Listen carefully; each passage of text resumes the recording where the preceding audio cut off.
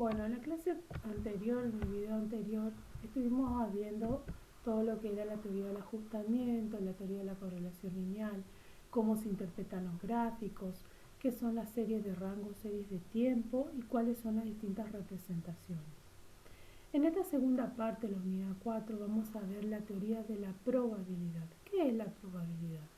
Si ustedes recordarán, las clases anteriores estuvimos viendo cómo calcular esos casos posibles que puedan suceder en el caso de que hagamos una prueba o un experimento.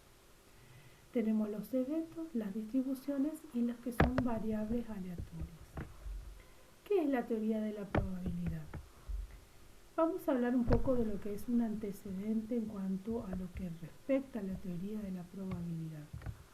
La teoría de la probabilidad fue inicialmente creada y desarrollada por el matemático francés Blaise Pascal, quien en 1954, a raíz de una consulta que se le había planteado de un integrante de la nobleza, consideraba resolver un problema que ocurría con unos juegos de azar de la lotería, muy de moda en las sociedades europeas de aquellos tiempos. ¿Qué pasaba? Como ustedes recordarán, en forma de antaño, la realeza buscaba una forma de entretenimiento para pasar las largas horas de los días en los cuales ellos estaban destinados a vivir en su reinado, ¿verdad?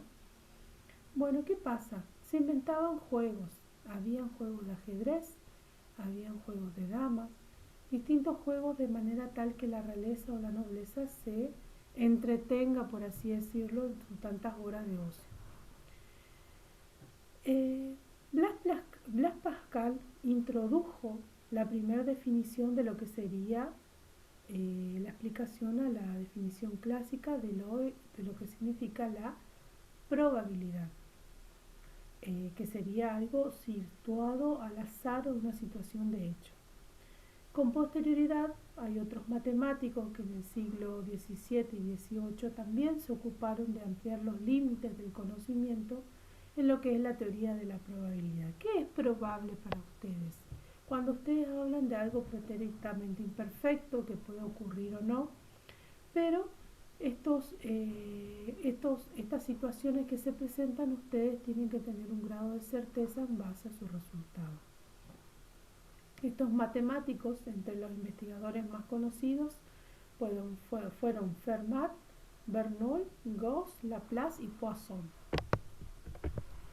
Con la Revolución Francesa, la teoría de la probabilidad tuvo un deterioro bastante importante, por así decirlo, dado que no estaba muy bien visto para lo que era la nobleza. Fue hasta un punto, por así decirlo, que la probabilidad fue un tanto despreciable por científicos e investigadores de esa época, debido a que consideraban que todo lo que uno se podría imaginar en base a un hecho cierto, directamente no había que considerarlo, o sea, no existía posibilidad de que se hagan ensayos matemáticos de manera tal que esos ensayos le brinden a uno una aproximación a un resultado.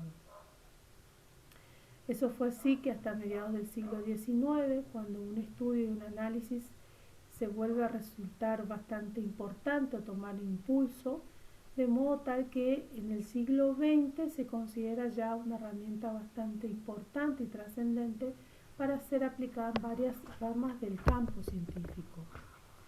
Hoy en día la teoría de la probabilidad no existe ninguna disciplina que no la utilice, que no la aplique. Está utilizada con bastante naturalidad para todo proceso analítico de la física, la química, la medicina y por supuesto también de la economía. La probabilidad es un evento que se está llevando a cabo, se calcula dividiendo el número de resultados favorables por el número de casos posibles. Acá vemos en el ejemplo la ecuación, tenemos la probabilidad de aparición de un suceso que se llama ocurrencia, viene dado por los casos favorables, donde se expresa con la letra H, y N, el total de casos posibles. Si ustedes recordarán, en los primeros indicios de la materia, en las primeras clases, siempre hablábamos que N representaba la población, al total de elementos a ser utilizados para el análisis.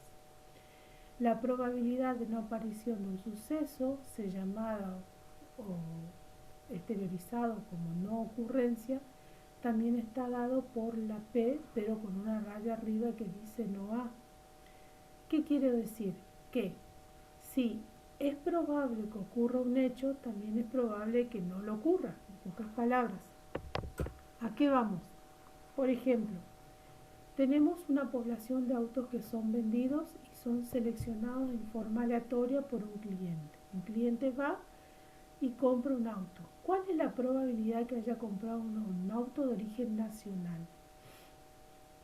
Esa es una teoría que se establece en base a una hipótesis que se conjetura.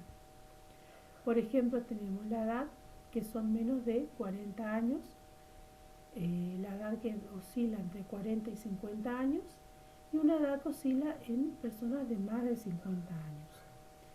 Como ustedes pueden apreciar en el gráfico, tenemos en lo que es un automóvil a nivel o de una calidad nacional, con menos de 40 años la edad, la persona adquiere 24 unidades. Pero un auto importado, que ustedes saben que tiene mayores costos de adquisición, por algo necesita una mayor inversión, las personas que adquieren esta unidad importada son menos, son 6. Ahora bien, cuando hablamos de una edad de entre 40 y 50 años, ¿cuál es la posibilidad o la probabilidad que adquieran autos a nivel que son de fabricación nacional y de fabricación importada? Como ustedes verán, entre 19 y 15 es poca la diferencia, o sea que podemos decir que un promedio o el común de personas que tengan entre 40 y 50 años adquieren ya sea automóviles nacionales o importados. Ahora bien, cuando son personas que tienen más de 50 años, ¿cuál es la posibilidad que puedan adquirir un auto que sea de fabricación nacional o de fabricación importada? Como ustedes van a notar, va bajando el volumen o cantidad de adquisición. De ese total, fíjense que vamos a sumar nada más 24 más 6, 30, 19 más 15, 34, 7 más 9, 16. Van a ver que del total de los autos nacionales que se venden son 50, y del total de los autos que se incorporan en forma de ingreso personal al patrimonio que sean importados es menor. La suma de esos valores le da 80. La suma en forma horizontal y vertical les arroja el mismo valor. Ahora bien, si el número de casos favorables de un cliente que haya comprado un auto importado es igual a 30 y el total de casos posibles al parecer es 80, hacemos el producto y nos dice que el valor es mayor a 0. ¿Qué quiero decirles con eso? Que es un caso cierto o seguro. ¿Cómo se interpreta eso? Fíjense, sea el auto, ya sea nacional o importado, es cierto o seguro que una persona, o al menos una persona, va a ir adquiriendo esa unidad, ya sea nacional o importada. Esa es la interpretación que nosotros vamos a hacer de la probabilidad. Ahora vamos a analizar los elementos que componen la fórmula de identificación clásica. N siempre debe ser mayor a 1. O sea, vieron que el valor total, vamos a volver atrás, el valor total de la población siempre es mayor a 1. Tenemos 50, 30, 80. 80 es el total de la población. Es mayor a 1. H siempre variará entre 0 y N. ¿Qué quiere decir H? H son la cantidad de autos nacionales o la cantidad de autos importados. Vieron que 50 y 30 son mayores a 0, pero menores al total de la población, que es 80. ¿Qué quiere decir? Que siempre va a ser posible plantear esa alternativa. Siempre como mínimo se va a vender un auto importado o un auto de industria nacional. Por consiguiente, nosotros decimos, sí, nosotros al analizar la situación de cuántos autos se venden y nos dice que es cero, se denomina que el suceso es imposible. En cambio, si yo digo que analizada del total de la población me arroja la unidad que es 1, decimos que el caso es cierto o posible. ¿Qué les quiero decir? Fíjense que siempre los valores acá hallados, ya sea nacional o importado, depende de la edad, siempre es mayor a una unidad, mayor a 0. ¿Qué quiere decir? Si supongamos que en los autos nacionales o importados se mantengase el número 0, el caso sería imposible. Esa es la explicación que yo les estaba diciendo recién. Si h es igual a 0, la probabilidad es 0, es decir, que se denomina un suceso imposible. En cambio, si nosotros decimos que el campo de estudio h es igual a n, h supongamos que sea 80 y n es 80, el total de la población, entonces estamos hablando de una unidad que es un caso seguro o cierto. Entonces, para concluir decimos que la probabilidad de los elementos oscila entre 0 y 1. Es un suceso de que varía entre esos valores. A ver, por ejemplo, ¿qué es lo seguro, lo posible o lo imposible? En este gráfico yo lo que les quiero demostrar es que ¿qué es un suceso? ¿Qué es un suceso? Es una situación que se resulta posible de una experiencia aleatoria. Por ejemplo,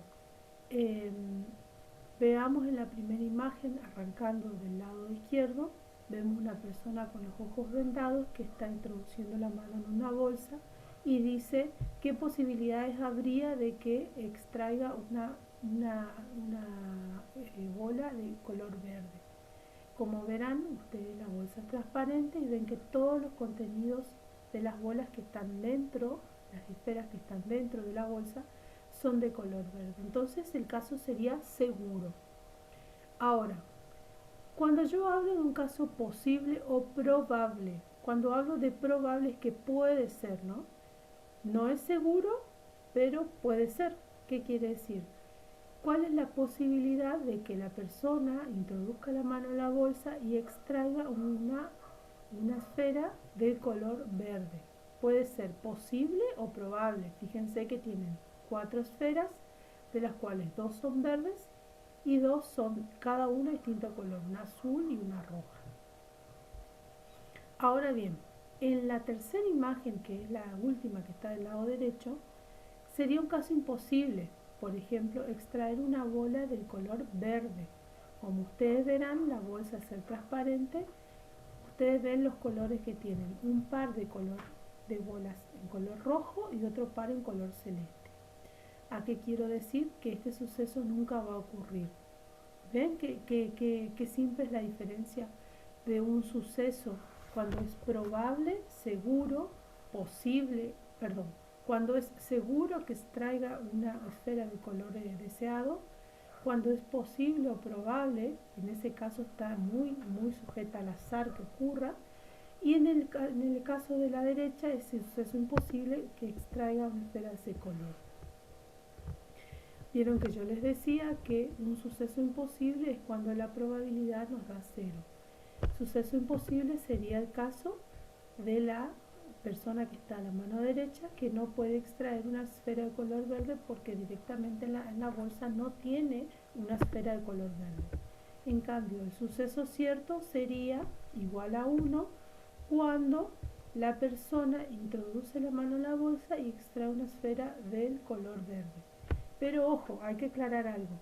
No solamente la situación, la primera es seguro que saque una esfera verde. En la segunda también se puede dar la situación que extraiga la esfera verde. ¿Vieron? Son ejemplos de esta situación. Ahora, para hallar lo que es la definición clásica de probabilidad, tenemos históricamente distintos distintos enfoques, distintas miradas, distintos conceptos a definir de lo que es la probabilidad y para determinar los valores. Tenemos por un lado la definición clásica, por otro lado la frecuencial, tenemos la axiomática y el subjetivo. Como ustedes recordarán, ya en el video anterior yo les expliqué de lo que es la explicación o análisis subjetivo de lo objetivo. Lo subjetivo está muy arraigado y muy influenciado por lo que perciba el investigador. En cambio, lo objetivo es lo que uno realmente a través de cálculos o apreciaciones se abstrae de la realidad y solamente dice lo que observa. En la definición clásica, la probabilidad de éxito está basada en el conocimiento previo del suceso implicado. Por ejemplo, en el caso anterior, vieron que el ejemplo yo acá le decía, es seguro, el éxito es seguro, ¿por qué? Porque todas las esferas que están dentro de la bolsa son verdes y es seguro que salga probable, exitoso el ensayo o el proyecto a analizar. Entonces, dado que este enfoque, cuando es aplicable, permite determinar valores de probabilidad antes que sean observados los sucesos o eventos, también se conoce un enfoque a priori, es decir, un enfoque anterior. La probabilidad de que un evento esté llevado a cabo se calcula dividiendo el número de casos favorables sobre los casos posibles. Supongamos la existencia de un experimento aleatorio que puede dar lugar a la aparición de un suceso, que puede representarse en H formas diferentes, todas que favorecen en un total de N formas posibles. Se define a la probabilidad del suceso A como relación entre el número de casos favorables sobre los casos posibles. Por ejemplo, fíjense esta imagen. Coloca 5 cubos rojos y 10 cubos azules en una bolsa. Si sacas un cubo 10 veces y lo devolves cada vez. ¿Ven? La persona se imagina, dice, ¿es seguro que sacarás un cubo rojo o azul? Puede ser que sí, puede ser que no. Ahora, es más probable que saques un cubo azul. Es probable, pero no sabemos si es cierto. Ahora, es imposible que saques un cubo morado. ¿Por qué es imposible? Porque verán que acá el experimento está datado de dos colores, color azul y el color rojo. Fíjense cómo se aplica la estadística para hacer ensayos o experimentos de manera tal que nos permitan elaborar una conclusión o una información. ¿Qué es la definición frecuencial? Para el cálculo de probabilidades mediante la aplicación de la definición clásica, se requiere conocer cuáles son los valores correspondientes de esos casos favorables. Es decir, si yo quiero saber cuánto es el volumen de robos que tienen en una cuadra una determinada zona céntrica de la ciudad, yo primero tengo que tomar el volumen de denuncias o exposiciones en las que hablan sobre el extravío o la pérdida de elementos personales surgidas a través de la violencia o el hurto. Entonces esos son los casos o los valores correspondientes a los casos posibles que podemos saber. Pero a menudo ocurren algunos datos que resultan desconocidos o muy difíciles de conocer. Fíjate, nosotros estamos hablando sobre los hurtos que están realizando, los robos que están ocurriendo en una cuadra céntrica de la ciudad. Nosotros eso lo sabemos a través de un informe que nos establece las comisarías de la cantidad de denuncias que han habido. Pero hay otros informes que nosotros no podemos obtener. Por ejemplo, ¿cuánto es la cantidad de milímetros que ha caído de agua en la zona céntrica y en las zonas aledañas de la ciudad a las 15 y 45 horas? Fíjense, no es desconocido, pero es difícil de conocer, porque hay que tener un medidor en cada lugar estratégico donde nosotros tomamos como punto de estudio para saber si la cantidad de agua caída es la misma en los distintos focos o lugares de investigación. La definición muestral o empírica de la probabilidad se basa en el número de veces que ocurre el evento como proporción del número de intentos conocidos. La probabilidad de que un evento ocurra es la frecuencia relativa de los elementos que sucedieron en el pasado. ¿Qué quiero decirles? Vieron que en el video anterior yo les había mostrado unos ejemplos, por ejemplo, sobre la compra de la moneda del dólar, los casos positivos del COVID, el aumento de la canasta básica. Todos son informaciones del pasado. Pero que esa información del pasado yo la quiero reflejar en el futuro. Entonces, yo lo que hago es, en forma frecuencial o empírica, frecuencial es de la frecuencia, ustedes saben eso, o empírica de la manifestación que ustedes tienen, la vivencia que ustedes tienen, la cantidad de veces que ocurre el hecho sobre el total de realizaciones. Teniendo en cuenta que la frecuencia es la proporción de veces que ocurre un determinado suceso, o lo que es lo mismo, la cantidad de veces que sale un único suceso en el número de veces que se realiza el experimento, podemos afirmar que esta división que se presenta acá nos arroja un valor. Ese valor puede estar oscilando al valor, o sea, es decir, siempre el número que nos arroja este cociente va a ser mayor a 0, o sea, va a tender a 1, pero no va a ser 1. Si ustedes ven en el ejemplo anterior, vieron que yo acá había hecho una división del total de casos estudiados, habíamos analizado 50. Al hacer la división nos da 0,625. ¿Ven? Ese valor es mayor a 0. Mayor a 0 y tiende a 1, pero no es 1. Bueno. La clave para determinar probabilidades de forma empírica consiste en que una mayor cantidad de observaciones, o sea, a medida que yo voy realizando observaciones o cálculos, se va arrojando un mayor valor preciso en cuanto al estudio. ¿Qué les quiero decir? Supongamos que nosotros tenemos una planilla que controlar. En esa planilla que controlar tiene distintos valores. Supongamos, vamos a tomarlo como ejemplo en el trabajo de Valeria. Ella tiene las bolsas del cemento y de la cal. Supongamos que ella tiene precios por semana y esos precios por semana los traduce un estimativo en precios por mes. Ella quiere controlar si esa planilla que ella plasmó los valores están bien o no.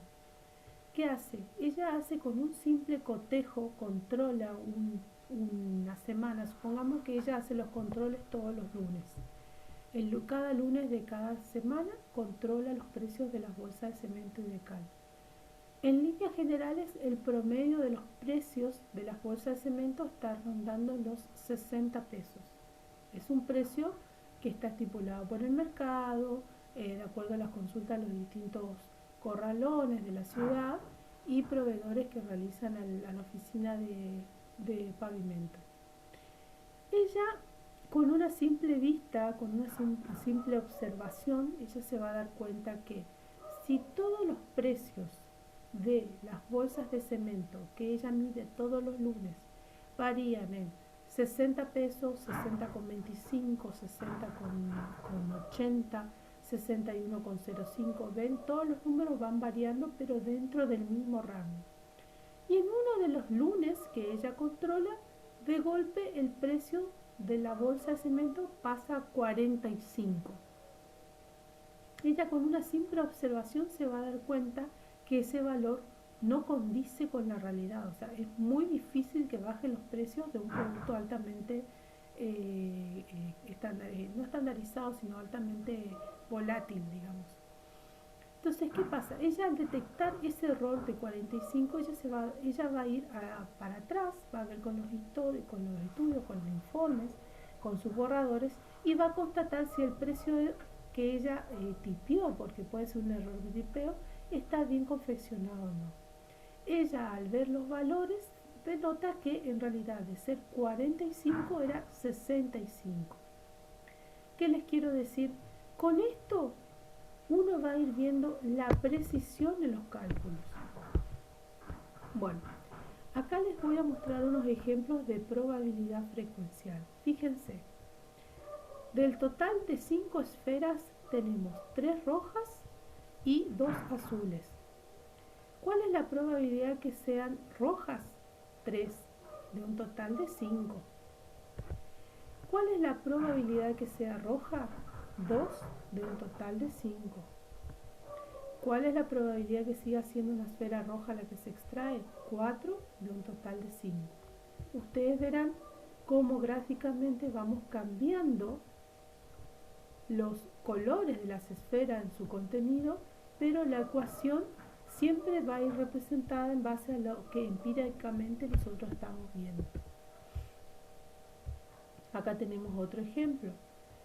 De un total de esferas, 14, tenemos 8 esferas que son de color verde y 6 esferas que son de color rojo.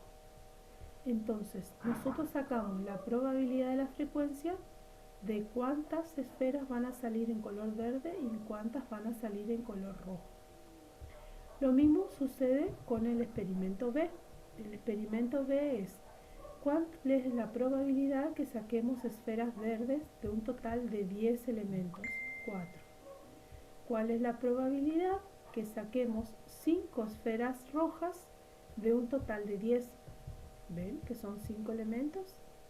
Ahora, ¿cuál es la probabilidad que nosotros saquemos una esfera negra del total de 10 elementos? Ven que es el número 1. ¿Ven cómo se aplica la frecuencia? Bueno, ahora vamos a la definición axiomática. Definición axiomática. Según el diccionario de la Real Academia Española en Matemáticas, un axioma es cada uno de los principios fundamentales e indemostrables sobre lo que se construye una teoría. Es decir, nosotros elaboramos una teoría en base a una demostración que queremos realizar. La definición axiomática de probabilidad surgió en la década del 30 como consecuencia del aporte de un grupo de matemáticos quienes opinaban que el concepto de probabilidad no debía estar asociado ni con juego de azar ni con experiencias estadísticas previas, ya que constituía de por sí un tema con entidad propia y particular. ¿Qué quiere decir? Que no era necesario demostrarlo. De esa manera formularon la siguiente serie de axiomas, de los cuales se enunció la definición de probabilidad. La probabilidad de un suceso es un número real, mayor o igual que 0. Es decir, vieron que yo les decía que la probabilidad debe ser mayor a 0. La probabilidad de un sistema complejo o completo de sucesos es igual a 1. Es decir, la suma de todas las probabilidades quiere decir igual a 1. Sumado el ejemplo, vieron que acá yo les decía, ¿cuáles son estas probabilidades? Por un lado era 8 y por otro lado 6. Si sumamos estos dos valores nos da el total, que es el total 1 o la población. A eso se refiere. Si dos sucesos A y B son excluyentes, ¿qué quiere decir? Al ser excluyente, la probabilidad de uno más la probabilidad del otro nos da el total de la población. A partir de las verdades indiscutibles de estos axiomas, se deducen todas las reglas del campo teórico de probabilidad. Ahora bien, cuando yo les hablo sobre una definición subjetiva, las definiciones anteriores tienen como resultado valores de probabilidades objetivos, pero si contamos con muy poca o ninguna experiencia en la información para poder sustentar lo que nosotros queremos demostrar, las definiciones anteriores no se aplican. Por eso hay que tratar de aproximarse a una solución, a un resultado en forma subjetiva. ¿Qué quiero decirles con eso? Si yo con un análisis objetivo en base a un ensayo determino que no se puede probar mi teoría, yo puedo ir del lado subjetivo y tratar de provocar o incidir ese resultado. Esto significa que un individuo evalúa la opinión e información disponible y luego la calcula y le asigna una probabilidad. Esta probabilidad se denomina subjetiva, por lo que varía de acuerdo a la persona que la asigna. No es lo mismo la probabilidad que elige supongamos, Maxi, en base a la cantidad de goles que pueda hacer un club deportivo, supongamos que sea River, ante la probabilidad que elabora Martín sobre la misma cantidad de goles pero de otro grupo deportivo, de otro club. ¿Qué quiero decirle? Que depende de el favoritismo del partido o del grupo futbolístico, va a tener mayor resultado. Supongamos que Martín es de River, él va a tener intrínsecamente la necesidad y va a desear que sea River el club que más goles haya realizado en la cancha. Y supongamos que Maximiliano sea de Boca, y le dicen que haga un análisis sobre la cantidad de goles que efectúa el club de Racing Club, él va a ser bastante negativo, va a decir no, poco y nada son los goles que realizan, porque obviamente subjetivamente no tiene empatía con ese club.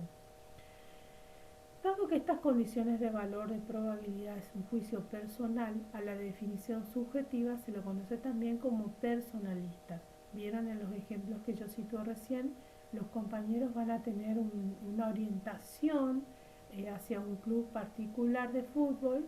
Entonces, si uno le hace una consulta sobre un club en particular, el que es fanático de ese club, y le dicen, vos cómo consideras que le va a ir al club de River, supongamos, va a decir, no, le va a ir bien porque es mi club, que juega bien, etcétera. Y si una persona que es contraria a ese club deportivo, obviamente va a tener su interés en que gane el club de su preferencia, digamos, y no el que está disputándose. De allí que la probabilidad subjetiva es particularmente útil para tomar esa decisión en situaciones en las que no es posible utilizar otra definición de probabilidad o otro ejemplo de probabilidad. Por ejemplo, en lo que es subjetivo, si nosotros vamos a decir que el lanzamiento de un automóvil, ¿cuál es la probabilidad de éxito asignada por el diseñador del auto? ¿Qué pasa? Si uno eh, establece un prototipo, uno que lo establece va a tener la enorme necesidad y deseo de que ese prototipo prospere, entonces la probabilidad de éxito va a ser positiva. Distinto sería el caso el gerente comercial. Supongamos que el gerente comercial de la firma también va a tener su interés para que el producto sea positivo, pero no quiere decir que sea inferior a la de la persona que creó el diseño del producto. Ahora bien, para llegar a una conclusión, que les quiero decir que un resultado que se usa con la probabilidad nos puede arrojar dos universos diferentes entre sí.